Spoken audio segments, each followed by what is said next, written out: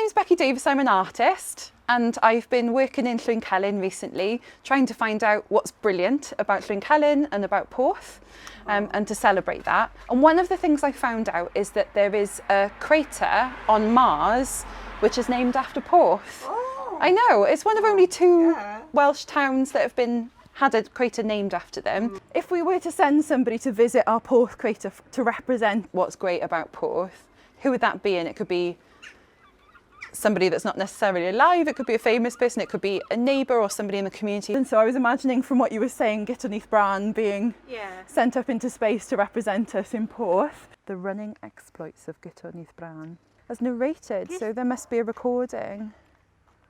No, they didn't record things in 1888. So as narrated, oh, so it would have been an orator, Yeah. like a speech. There's quite a lot of good people here, isn't it? Yeah. Do a lot for, so it would be quite difficult to choose. I mean, I'd have a team. You know, we could send a team up. Why would you want to go to Mars? Nah, I would. Would you? Yeah.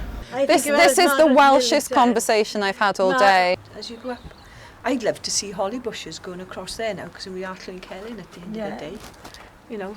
But, Oh, I suppose celebrating the name a little bit more and having that as an emblem in some sort of way. Do you know what he did say, that guy in that house, was just about the beauty of being here, and that's the law of living here, is sort of uninterrupted beauty.